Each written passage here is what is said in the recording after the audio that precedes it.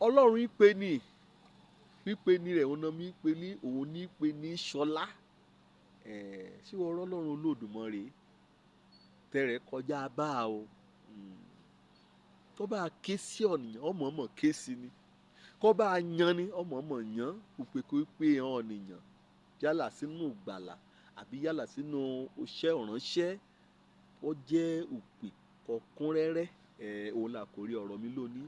Òpè rẹ̀ ìṣẹ̀lẹ̀ kúnrẹ́rẹ́ pàápàá òpè sùn wọ kò tí léyìn ó di wẹ́ẹ̀ mọ Jésù òjò ṣá lọ́kàn mọ́ ẹ̀sìn ṣá lọ́mọ wẹ́ẹ̀ mọ Jésù wẹ́ẹ̀ gbà gẹ́gẹ́ bí Olúwa àti olùgbàlà ayé rẹ̀. Ọlọ́run ké sí ọlọ́ni nínú Mátíù orí 19 ẹsẹ̀ 21. Ikọ̀ asọ̀dọ̀ ikọ̀ àbọ̀ ikọ̀ wé alẹ́ òun torí kẹ́hìn torí pé lọ́ọ̀dọ̀ rẹ̀ lè yé à lọ́ọ̀dọ̀ rẹ̀ làbò à lọ́ọ̀dọ̀ rẹ̀ ló dáríjì à. Kẹ́ òpè kó pe nìní òpè ké pé ẹlẹ́ṣẹ̀ lóní òpè ké pé òwò ọkọ̀ jẹ́ pé òpò ẹ̀mí kọ̀ ẹ̀ tẹ́wọ̀ gan lọ́rùn ṣùgbọ́n èṣù kàn ń darí rẹ̀ bí bọ́tìnì ni mo tẹ níbi kó bá ti darí rẹ̀ sí nǹkan bá ti kọ̀ yà á ṣe nǹkan bá ti kọ̀ yà á mú ṣekúṣe kó bá ti kọ̀ yà á ṣe ibẹ̀ lọ yà á sí ṣùgbọ́n Jésù ké sí ọ. Òpè rẹ̀ ọkúnrẹ́rẹ́ lákọ́kọ́ ikọ̀ yà ó kó bá Jòhánù orí 1 ẹsẹ̀ ìkẹrìndínláàádọ́ta ikọ̀ àbọ̀ ikọ̀ yà ó.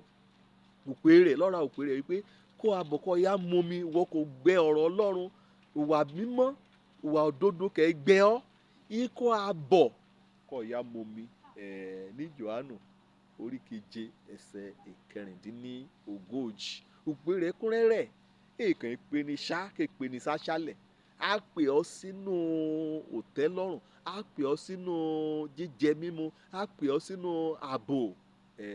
Ẹ̀kẹta rí pé ikọ̀ àbọ̀ kó yá jẹ ó ké sí ọ ní Jòhánù orí 21 ẹsẹ̀ 12 kí àwọn àbọ̀ kan yá jẹ ebi ti pa wọn ti ṣuṣẹ́ orí wọn ti fẹ́ pa ọ̀dọ̀ Jésù Kristi ní kí ti àṣírí ọ̀la ayé rẹ ibẹ̀ lẹ́yà ọ́ níwọ̀n ìgbà kan bá ti yan nípò sí wòye ṣe lòdì sí òfẹ́ rẹ̀ wòye ṣe lòdì sí nkè Ọlọ́run ó gbé kalẹ̀ lówájú rẹ̀ yàtọ̀ sí yìí ni ikọ̀ àbọ̀ ọ̀nà tán ikọ̀ wé alẹ́ òun kó mo dé wé lè ṣùmọ́ ikọ̀ mọ̀dẹ̀ bá wọn bọ̀rìṣà mọ́ ikọ̀ mọ̀dẹ̀ bá wọn ṣàgbèrè mọ́ ikọ̀ mọ̀dẹ̀ bá wọn jínigbé mọ́ ikọ̀ mọ̀dẹ̀ bá wọn ṣe ohun burúkú kan pani ajayé ikọ̀ mọ̀dẹ̀ bá wọn ṣe ikọ̀ ya wé alẹ́ òun. Ẹ̀rọ àmúrẹ̀ kọ́ bá ti gbélé Jésù àwọn dọ̀dẹ̀ lé yìí ni ọlọ́gbọ́n onídòrí ọjà imú o. Ikọ̀ àbọ̀ asòkè líbe nínú ìfihàn orí 4 ẹsẹ̀ 11 ó pé Jésù kúnrẹ́rẹ́ àṣẹwá àṣẹbọ̀ ikọ̀ asọ̀dọ̀ òun kọ̀ ya sí mi ní Mátíù orí 11 ẹsẹ̀ 29. Ikọ̀ asọ̀dọ̀ òun kété rákẹ́ ṣuṣẹ́ kan yí dàkú di òwúwo kan dílé ọ lórí. Ikọ̀ asọ̀dọ̀ òun wọn à mú òsinmi kọjá pé ọjìnà wọn à mú sinmi wọn à mú kọ́ ikọ̀ á síbi